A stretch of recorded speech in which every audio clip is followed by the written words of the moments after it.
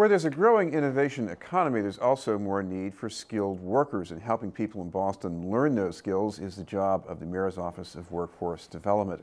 To tell us about the first annual report from the office is its Deputy Director of Workforce and Policy Development, Midori Morikawa. Thank you very much for being with us, Midori. Thanks for having me. Okay. First of all, talk about the kinds of programs for which this office is a conduit. Absolutely. So since the Mayor Walsh took office in January 2014, the Mayor, along with our Director, Trey Nguyen, has really realigned our strategies, vision, and goal of the office.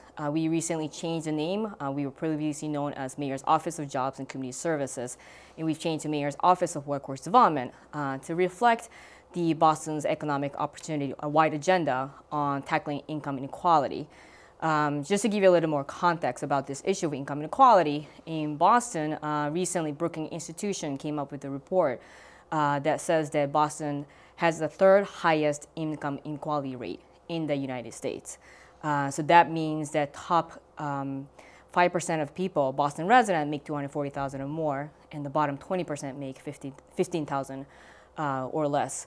So our name change was really geared to tackle this income inequality issue, as well as to connect people to quality workforce development programs so that they can get jobs that pay well, and that also leads to wage progression and advancement opportunities. Well, one thing the city does here is it prioritizes where money goes to the agencies that do the training, because a lot of that is public money, federal money, for example. Yes. You have some money for apprenticeship programs, for example. Yeah, so one of the key concrete example of how we were able to put our priority into practice is we were recently awarded a very highly competitive $3 million American Apprenticeship Grant from the U.S. Department of Labor. And so what it is a 5-year grant, and it will put 400 people on a career pathway from pre-apprenticeship to apprenticeship and then into journeyman in 2 industries, construction and hospitality. And I think the key aspect of this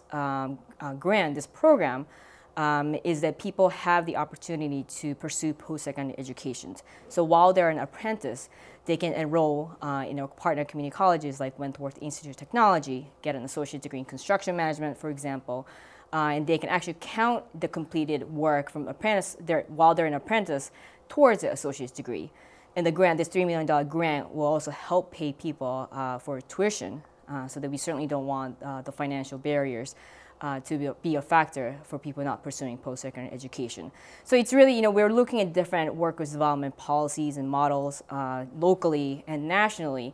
And I think this apprenticeship program is, really your earn and learn model, right? You're earning while you're learning. And now we have this piece of offering post-secondary education opportunity. Of course, the challenge here is you don't just want training to be a dead end. You want people to learn something and actually get a job. There's got to be somebody sort of steering them in there, sort of easing them into a job almost. Right. Another thing you've got going here is a program for hard-to-reach young people. How does that work?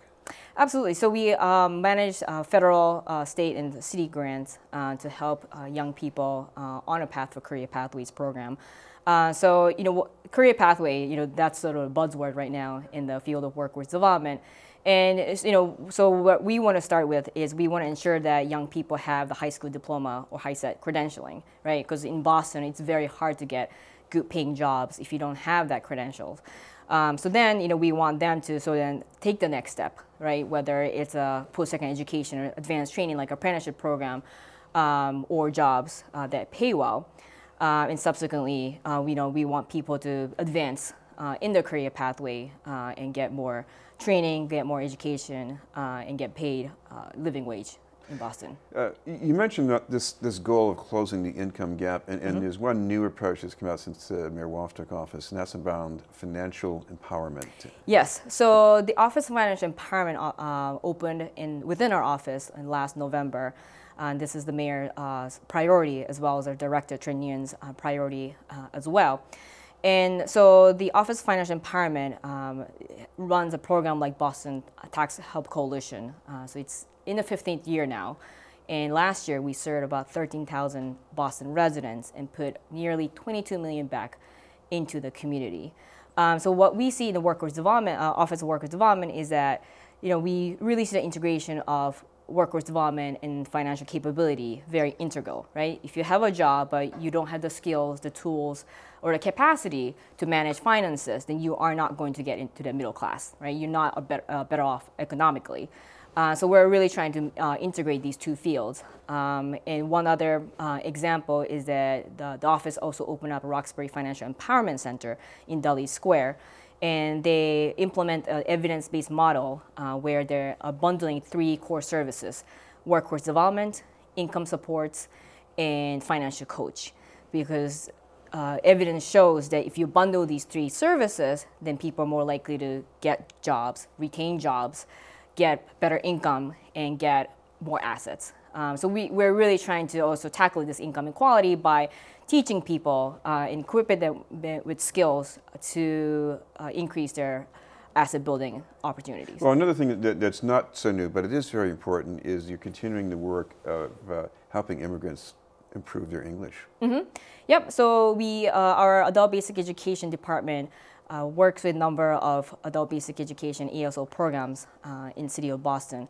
We don't run those programs. We do manage how the money is spent by tracking performance and outcomes for programs like that. Explain how important it is that first of all you create the openings, because I understand there are waiting lists for these programs, and plus you make them affordable for people.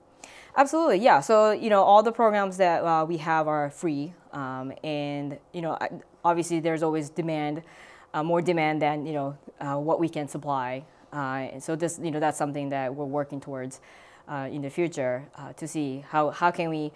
In one of the priority areas, I think, for this office as well is how do you integrate workforce development programs, ESL programs, right? Because we want to make sure that ESL programs are contextualized in the world of work, right? So it's not that you take 2 years to get your English skill up and then you go to job training program.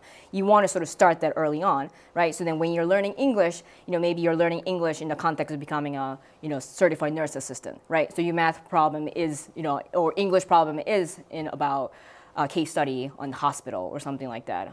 So that's where we're going with that kind of program. We should mention if people would like to get some help with any of these services or find out more about your department, what's the best way to check that out? Sure. So you can reach us on our website, which is fairly new. We recently relaunched it at www.owd.boston.gov. Or you can call us at our main number at 617-918-8700 to get in touch with us. Thank you very much for being with us. Midori Murakawa from the Mayor's Office of Workforce Development.